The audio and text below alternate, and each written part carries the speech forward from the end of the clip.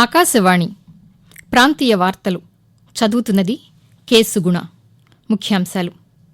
రాష్ట్ర ముఖ్యమంత్రి నారా చంద్రబాబు నాయుడు ఈరోజు సిఆర్డీఏ, క్రీడలు సహా పలు శాఖలపై సమీక్ష నిర్వహిస్తున్నారు. ఉపాధ్యాయ అర్హత పరీక్ష టెట్ ఫలితాలను రాష్ట్ర విద్యాశాఖ మంత్రి నారా లోకేష్ ఈరోజు విడుదల చేశారు. ఉల్లి రైతులు నష్టపోకుండా వారికి తగిన మద్దతు ధర కల్పించేలా రాష్ట్ర ప్రభుత్వం చర్యలు చేపడుతోందని కర్నూలు జిల్లా ఇన్ఛార్జి మంత్రి నిమ్మల రామానాయుడు తెలిపారు. తూర్పుగోదావరి జిల్లా ఉండ్రాజవరం మండలం తాడిపరులో ఈరోజు జరిగిన విద్యుద్ఘాతం ఘటనలో 4 మృతి చెందారు. కార్తీక మాసం మొదటి సోమవారాన్ని పురస్కరించుకుని ఈరోజు రాష్ట్రంలోని ప్రముఖ శైవ క్షేత్రాలు భక్తులతో కిటకిటలాడుతున్నాయి. ఇక వార్తల వివరాలు. రాష్ట్ర ముఖ్యమంత్రి నారా చంద్రబాబు నాయుడు ఈరోజు పలు శాఖలపై సమీక్షలు నిర్వహిస్తున్నారు. అమరావతిలోని రాష్ట్ర సచివాలయంలో రాజధాని ప్రాంత అభివృద్ది ప్రాధికార సంస్థ సిఆర్డీఏ చైర్మన్ హోదాలో ముఖ్యమంత్రి రాజధాని నిర్మాణ అంశాలపై సిఆర్డీఏ అధికారులు, మంత్రులతో చర్చిస్తున్నారు. అనంతరం రాష్ట్రంలో క్రీడలను ప్రోత్సహించేందుకు తీసుకోవాల్సిన చర్యలు, నూతన క్రీడా విధానంపై చంద్రబాబు నాయుడు రాష్ట్ర క్రీడా శాఖ మంత్రి మండిపల్లి రాంప్రసాద్ రెడ్డి సంబంధిత అధికారులతో సమీక్షించనున్నారు. ఈ సాయంత్రం వ్యవసాయ, పశుసంవర్ధక శాఖలపై మంత్రి అచ్చెన్నాయుడు సంబంధిత శాఖ ఉన్నతాధికారులతో సమీక్షా సమావేశం నిర్వహిస్తారు. ఉపాధ్యాయ అర్హత పరీక్ష టెట్ ఫలితాలను రాష్ట్ర విద్యాశాఖ మంత్రి నారా లోకేష్ అమరావతిలో ఈరోజు విడుదల చేశారు. ఈ సందర్భంగా మంత్రి మాట్లాడుతూ టెట్ పరీక్షలకు రాష్ట్ర వ్యాప్తంగా 3,68,661 మంది హాజరు కాగా మొత్తం 1,87,256 మంది అర్హత సాధించారని తెలిపారు. 50.79% మంది ఉత్తీర్ణులయ్యారని, ఫలితాలను అధికారిక వెబ్సైట్ ద్వారా తెలుసుకోవచ్చని చెప్పారు. ఎన్నికల్లో ఇచ్చిన హామీల మేరకు త్వరలోనే మెగా డీఎస్సీ నోటిఫికేషన్ను విడుదల చేయనున్నట్లు మంత్రి వెల్లడించారు. ఉల్లి రైతులు నష్టపోకుండా వారికి తగిన మద్దతు ధర కల్పించేలా రాష్ట్ర ప్రభుత్వం చర్యలు చేపడుతోందని కర్నూలు జిల్లా ఇన్ఛార్జి మంత్రి నిమ్మల రామానాయుడు తెలిపారు. కర్నూలులోని ఉల్లి మార్కెట్ను రాష్ట్ర మంత్రి టీజీ భరత్తో కలిసి మంత్రి ఈరోజు తనిఖీ చేశారు. అనంతరం నిమ్మల రామానాయుడు పాతికేయులతో మాట్లాడుతూ ఈనాం బిడ్డింగ్ పనిచేయని కారణంగా ఆఫ్లైన్లోనూ పంటను నమోదు చేసేలా ఏర్పాట్లు చేశామన్నారు. గతేడాది అక్టోబర్లో మార్కెట్కు 52,000 టన్నుల ఉల్లి వస్తే ప్రస్తుతం దానికి 4 రెట్లు అధికంగా 2.5 లక్షల టన్నుల ఉల్లి వచ్చినప్పటికీ రైతులు ఎక్కువ ధరను పొందారని తెలిపారు.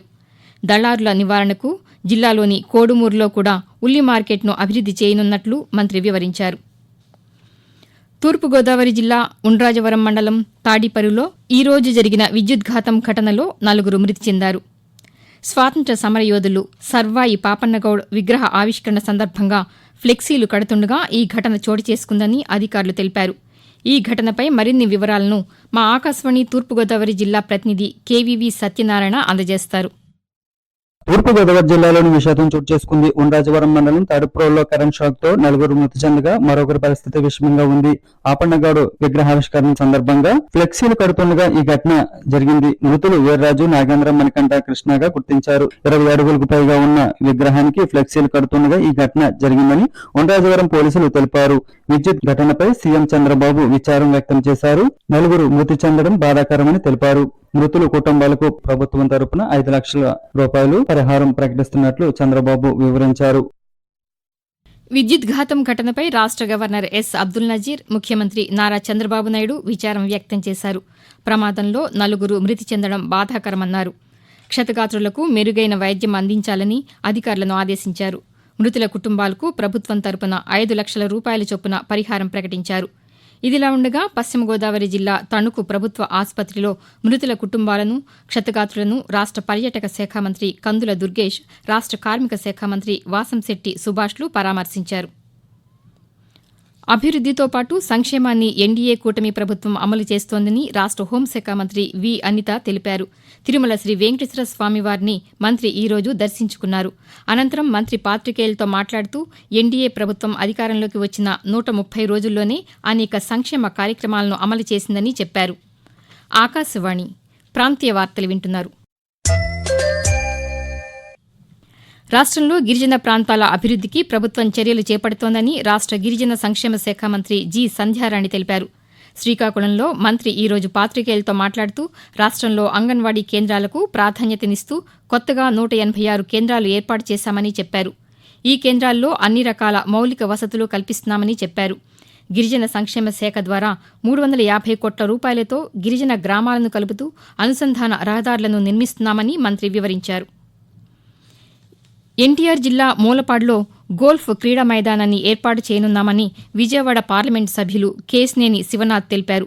మూలపాడు గ్రామంలోని క్రీడా మైదానాన్ని ఎంపీ ఈరోజు సందర్శించారు.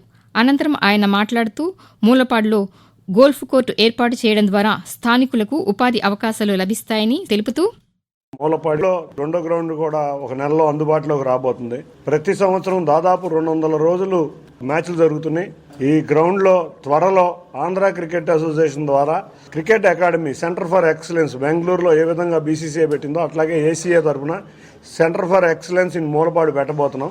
త్వరలో ఈ సెంటర్ ఫర్ ఎక్సలెన్స్ యొక్క డిజైన్లు రెడీ చేసి సంవత్సరం లోపల స్టార్ట్ చేస్తాం. అన్నీ కనుక ఓకే అయితే ఇక్కడ గోల్ఫ్ కోర్స్ కూడా రావడానికి సిద్ధంగా ఉంది. కార్తీక మాసం మొదటి సోమవారాన్ని పురస్కరించుకుని ఈరోజు రాష్ట్రంలోని ప్రముఖ శైవ క్షేత్రాలు భక్తులతో కిటకిటలాడుతున్నాయి. నంద్యాల జిల్లా శ్రీశైలంలో శ్రీ భ్రమరాంబ మల్లికార్జున స్వామివార్ల దర్శనానికి భక్తులు వేలాదిగా తరలివచ్చారు. శ్రీ స్వామి అమ్మవార్ల దర్శనానికి సుమారు 4 గంటల సమయం పడుతోంది. తిరుపతి జిల్లాలోని ప్రముఖ వాయులింగ క్షేత్రం శ్రీకాళహస్తిలో ఈ తెల్లవారుజాము నుంచే భక్తులు ఆలయానికి చేరుకుని ప్రత్యేక పూజలు నిర్వహిస్తున్నారు. తూర్పుగోదావరి జిల్లాలోని రాజమహేంద్రవరం పుష్కర్ ఘాట్ వద్ద భక్తులు గోదావరిలో పుణ్యస్నానాలు ఆచరించి శివాలయాల్లో క్షీరాభిషేకాలు ప్రత్యేక పూజలు నిర్వహిస్తున్నారు. ఉభయ గోదావరి జిల్లాల్లోని పంచారామ క్షేత్రాల్లో భక్తుల రద్దీ నెలకొంది. బాపట్ల జిల్లాలోని రేపల్లె, చీరాల, బాపట్ల, అద్దంకి నియోజకవర్గాల్లోని దేవాలయాల్లో భక్తులు కార్తీక దీపాలు వెలిగించి ప్రత్యేక పూజలు, అభిషేకాలు నిర్వహిస్తున్నారు. ప్రభుత్వ అధికారులు నిజాయితీగా పనిచేస్తూ ప్రజలకు సేవలు అందించాలని అనంతపురం డివిజనల్ ఖజానా అధికారి సతీష్ కోరారు. కేంద్ర యువజన క్రీడల మంత్రిత్వ శాఖ మై భారత్ నెహ్రూ యువ కేంద్రం ఆధ్వర్యంలో నిన్న అనంతపురంలో నిర్వహించిన విజిలెన్స్ వారోత్సవాల అవగాహన కార్యక్రమంలో ఆయన పాల్గొన్నారు. ఈ సందర్భంగా సతీష్ మాట్లాడుతూ అవినీతి రహిత సమాజం కోసం ప్రతి ఒక్కరూ కృషి చేయాలని అన్నారు. అవినీతి నిర్మూలన, లంచం ఇవ్వడం, తీసుకోవడం, నేరం వంటి అంశాలపై అధికారులకు అవగాహన కల్పిస్తున్నామని ఆయన తెలుపుతూ విజిలెన్స్ వీక్ గురించి విద్యార్థులకు అవగాహన కల్పించడం జరిగింది. విజిలెన్స్ వీక్ ద్వారా సెంట్రల్ విజిలెన్స్ కమిషన్ దాని విధులు, అవినీతి, సమగ్రత, నీతి నిజాయితీల పట్ల ప్రభుత్వ విధుల్లో ఉండాల్సినటువంటి జవాబుదారీతనం, పారదర్శకత గురించి విద్యార్థులకు అవగాహన కల్పించడం జరిగింది. అదేవిధంగా ఈ సంవత్సరం విజిలెన్స్ వీక్ థీమ్ అయిన culture of integrity in nation prosperity అనే థీమ్ మీద విద్యార్థులకు అవగాహన కల్పించడం జరిగింది. దక్షిణ మధ్య రైల్వే పరిధిలో జరుగుతున్న అభివృద్ది పనులను మరింత వేగవంతం చేయాలని parliamentary standing committee chairman CM Ramesh railway శాఖ ఉన్నతాధికారులను ఆదేశించారు. తిరుమల శ్రీ వెంకటేశ్వర స్వామివారిని ఈ ఉదయం దర్శించుకున్న ఆయన అనంతరం తిరుపతికి చేరుకుని రైల్వే స్టేషన్లో జరుగుతున్న అభివృద్ది కార్యక్రమాలను పరిశీలించారు.